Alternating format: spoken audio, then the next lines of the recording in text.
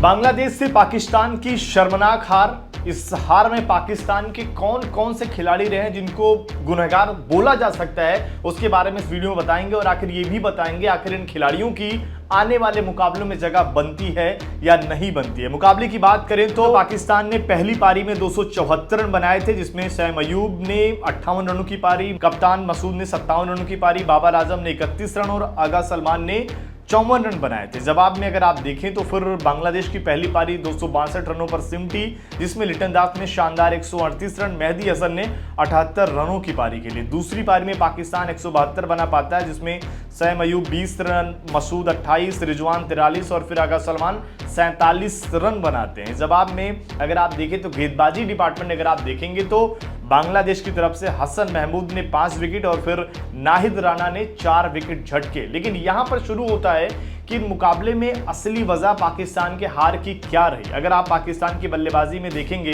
तो गुनहगारों में जो सबसे पहले नंबर पर आते हुए पूर्व कप्तान बाबर आजम, जिन्होंने दोनों पारियों में मिलाकर अगर आप देखें, पहली पारी में वो 31 रन बनाते हैं और दूसरी पारी में सिर्फ और सिर्फ 11 रन बनाकर आउट हो जाते हैं। और जो कहा जाता है कि भाई जब जरूरत पड़ती है तो फिर बाबर आजम का बल्ला नहीं चलता, और यहां पर भी उसका सबसे नया एग्जाम्पल देखने को मिला। अब्दुल्ला शफीक, जिनकी बड़ी तारीफ हुई, पहले यहां पर दोनों पारियों में अगर आप देखेंगे, पहली पारी में खाता नहीं खोल पाए, दूसरी पारी में सिर्फ और सिर्फ 3 रन बनाकर आउट हो गए।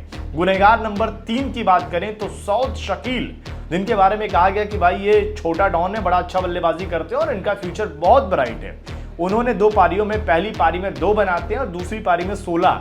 यहां पर बात इसलिए ज्यादा इंपॉर्टेंट हो जाती है क्योंकि आप बांग्लादेश के सामने खेल रहे हैं और यहां पर घर पर मुकाबले हो रहे हैं, विकेट आपके हिसाब से है, गेंदबाजी सब कुछ आपके हिसाब से यहां पर चले, लेकिन उसके बावजूद भी आपका प्रदर्शन जो है वो एक तरीके से अगर आप देखेंगे बिल्कुल भी खोखला है। नंबर 4 की बात करें गुनहगारों में तो यहां पर रिजवान को आप रख सकते हैं, क्योंकि यहां पर अगर आप देखेंगे पहली पारी में उन्होंने 29 रन बनाया, दूसरी पारी में 43 रन।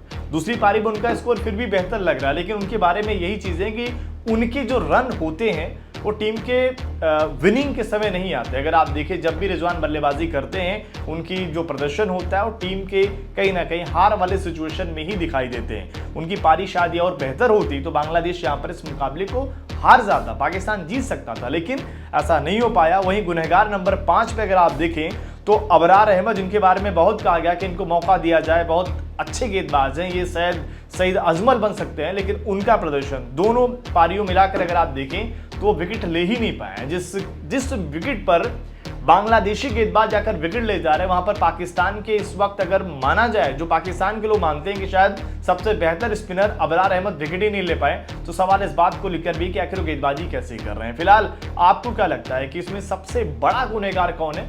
कमेंट करके अपनी राय जरूर दें।